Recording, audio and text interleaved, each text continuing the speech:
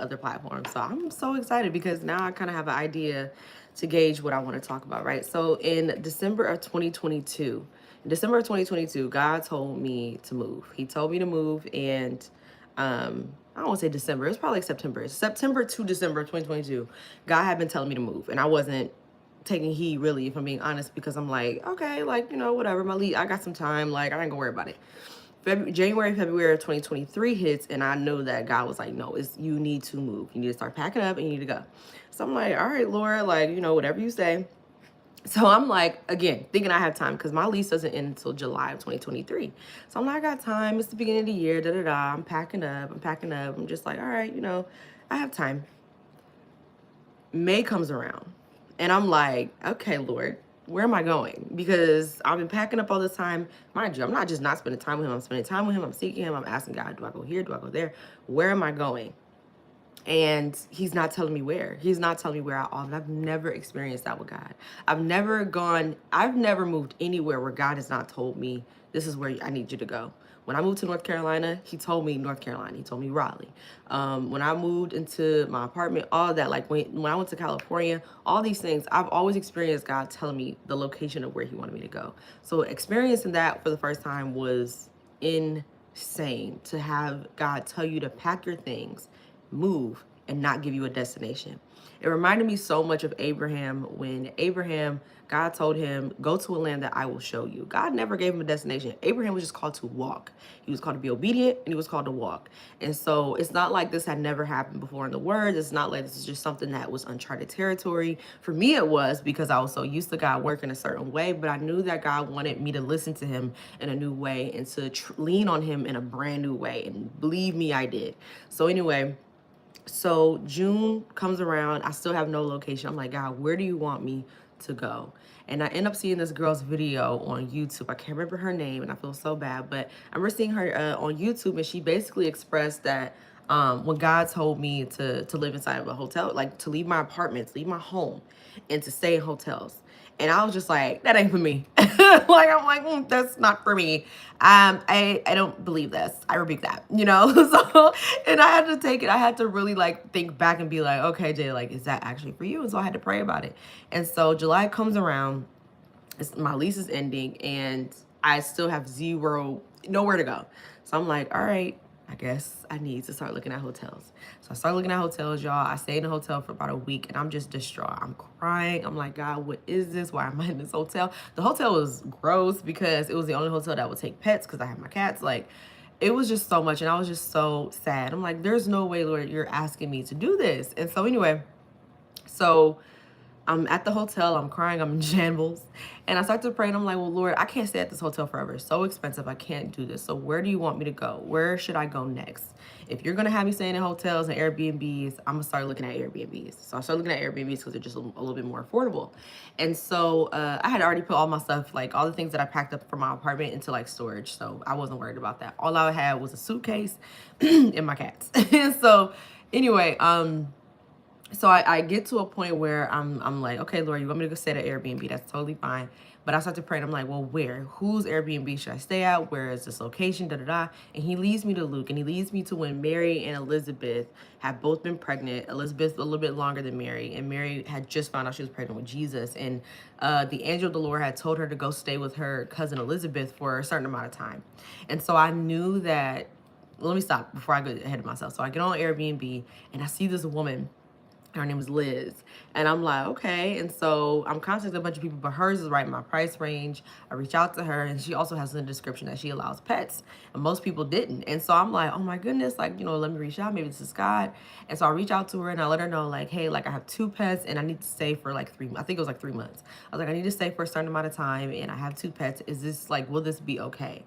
And she was super accommodating. She was like, yeah, you can do it. I don't mind. I don't, as long as you clean up after them, you don't let them, ruin my furniture, they can stay. And so I was just like, okay, God, like, I see you now. So while I'm staying with her in her Airbnb, y'all, I'm meeting people. I'm meeting people who are my age, because mind you, she had one of those Airbnbs where the rooms were all rented out. And so she had a condo, she had 3 bedrooms, she had her main room that she would stay in whenever she was in town, and then she had 2 guest rooms that I was in, and then somebody else would rent out the second one.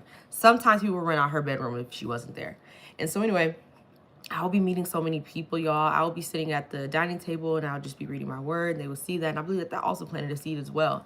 But I think the most impactful thing was God was teaching me so much about myself. He took me through so much deliverance while I was there. But most of all, he used me to minister to others. And so the main person he used me to minister to was the owner of the Airbnb. So when she would be home, she would ask me, like, why are you staying here? What's going on? Like, and I just told her, I was like, God told me to be here. God told me to be here. He told me to stay here. He told me to stay with you. And I'm just being honest. And I said, I don't fully know why, but I'm believing him and I want to be obedient and I trust him. And so she, she was a little skeptical. She was like, oh, okay. Like, she kind of made her stance. She was from Turkey and she had a very like specific stance on like religion and all that stuff. And she was very like, out there, very worldly, woo-woo type stuff. But I still wanted to plant a seed regardless. And I remember she and I one day just started having a conversation about therapy. She was asking me like, why don't you go to therapy? Like, you should utilize it and all these things. Cause I don't know how, but we just started talking about that. And so I just was like, well, if I'm being honest, God is my therapist. And I remember one day she was just telling me like all this stuff that like the specific type of therapy that she gets. And I think it's like electro or something. I don't know. But you would like, you press this button or something. I really don't know. Cause I'm not into that. Like there's nothing wrong with therapy. I just don't know. And so anyway, she was telling me about it. She was just basically telling me these major breakthroughs she had and that she would have never known if she didn't have that therapy and all this stuff. And it was so funny because I had a very similar breakthrough. And I told her that. I said, that sounds very similar to what I went through one time. She's like, oh my goodness, really? Like, what'd you do to like find out? I said, God showed me. I said, I was in the middle of prayer. He revealed to me this, this, and this. And she just didn't really have anything to say. She was just like, oh, wow, like, okay. But you should just think about it. Like, if you want like a faith-based therapist, think about that as well. If that's what you're comfortable with. And I was like, okay, like, that's fine. But I just ended up sharing with her that God had gave me the same revelation she got. And I didn't have to spend a dime. All I had to do was spend time with him. He showed me because he's the ultimate therapist. It's just being honest. Again, nothing wrong with therapy. It was just a conversation she and I was having. And so anyway, so we get to a point where she just randomly one day while we're talking, and we would have these talks quite often, and one day she just started crying and just pouring everything out to me. It was just telling me all her life story about her mom, her sister, all these people in her life, and she just was pouring it out to me. And I just was like, I was just so taken aback, but I was trying to also hold space and just allow her to, vent and get everything out. And she just started crying. She was like, I'm so sorry. Like, I've never done this before. And she was like, with anyone, really. I've never told anybody any of this stuff before. And I just explained to her, I said, I believe that God called me to give you the space to do this. And of course, I poured back into her and I just told her about God and just the way that God would be able to see her through that and all these different things. And I said, if you're ever interested, like, by all means, I would love to pray with you or whatever. And so that was the end of that conversation. And so time goes on. We get to the end of October because that's the end of my time there. I was supposed to be with her. And at the end of October, y'all, I still have nowhere to go. Mind you, not one day has God allowed me to stay inside my car. I didn't sleep in my car once. I know my mom said that on one of my lives. I didn't. I didn't sleep in my car once at all. The entire time that God was calling me to stay in these hotels and Airbnbs, I always had somewhere to lay my head. And so anyway, my stuff was in my car. And so, like, some of my stuff was in my car, so my car was a little bit full. Maybe that's what my mom was talking about. Anyway, it doesn't matter. Regardless, so it's the final day. It's the final day, and it's time for me to go. And during that time that it was time for me to go, like I said, I have been praying. I'm like, Lord, I don't know where else to go. I don't know what I'm going to do. Like, you're not showing me anywhere else to go. She comes home, because mind you, like I said, she's not here all the time. But the times that she is here, I always end up talking to her. She comes home and she was like, oh, like, I'm so sad you have to go. Like, I really enjoyed your company, so on and so forth. And she was just like, well, where are you going next? Like, did you find an apartment? I was like, no, I'm still staring at Airbnbs. I'm looking at other Airbnbs now in the area and so on and so forth. I just haven't found anything in my price range yet. And she ends up telling me, she was like, oh, I have another one. I said, you do? She was like, yeah, we talked about it before. I had forgot. I was like, oh my gosh, you're right. And she was like, you can just stay there. Now, that one was a little bit more expensive because it was closer to the beach.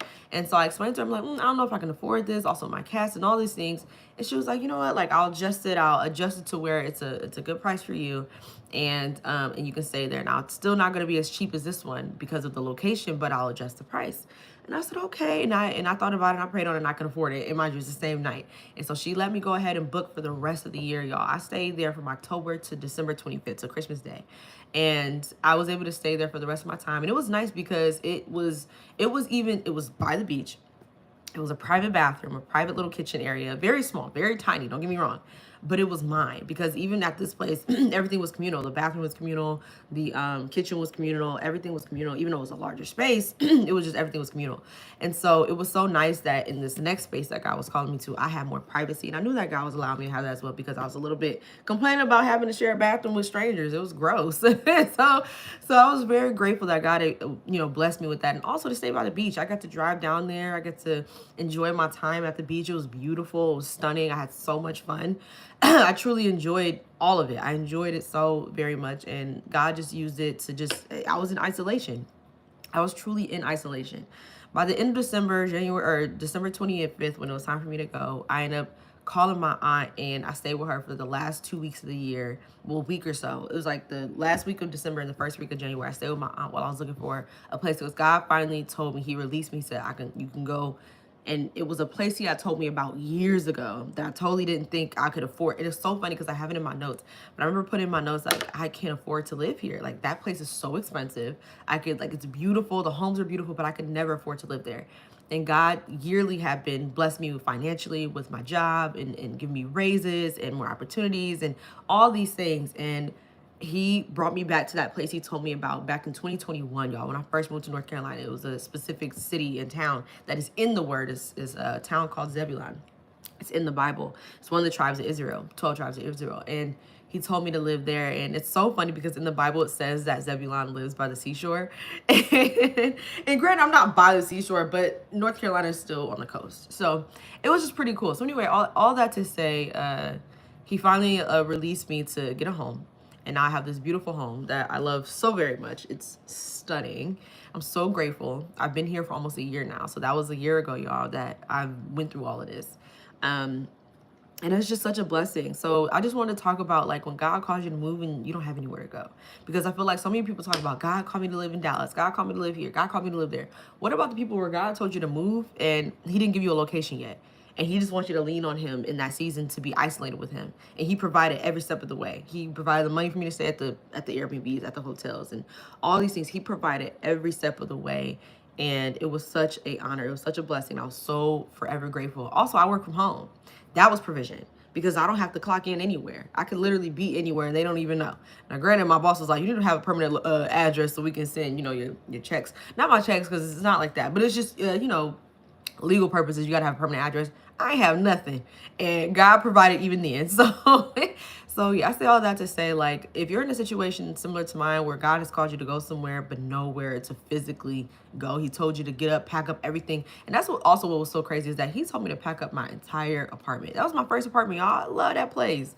He was like, pack it all up, you leaving.